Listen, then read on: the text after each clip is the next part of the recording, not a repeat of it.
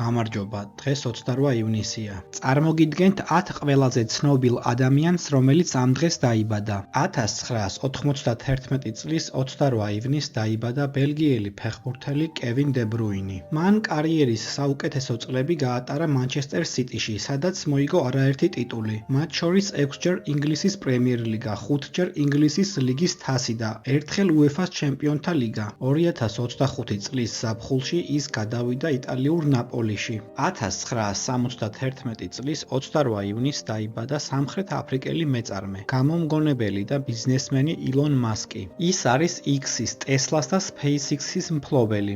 2025 წლის ივნისის მონაცემებით მისი ქონება შეადგენს $424 მილიარდ. 1712 წლის 28 ივნისს დაიბადა ფრანგი ფილოსოფოსი, მწერალი და კომპოზიტორი ჟან-ჟაკ რუსო. 1971 წლის 28 ივნისს დაიბადა ფრანგი ყოფილი ფეხბურთელი ფაბიენ ბარტეზი. ის ითვლება თავისი თაობის ერთ-ერთ საუკეთესო და ყველაზე ქარიზმატულ მეკარედ. ფაბიენ ბარტეზი იყო საფრანგეთის ოქროს თაობის უცვლელი წევრი, რომელმაც 1998 წელს მსოფლიო, ხოლო 2000 წელს ევროპის ჩემპიონატი მოიგო. კარიერის საუკეთესო წლებში ის თამაშობდა მანჩესტერში, სადაც ორჯერ გახდა ინგლისის ჩემპიონი. 1997 წლის 28 ივნისს დაიბადა თანამედროვე კრივის ერთ-ერთი ყველაზე ტექნიკური და უძლეველი ჩემპიონი, ამერიკელი შაკურ სტივენსონი. ის არის მსოფლიოს ჩემპიონი 3 სხვადასხვა წონით კატეგორიაში და დღეისათვის პროფესიონალურ რინგზე დაუმარცხებელია.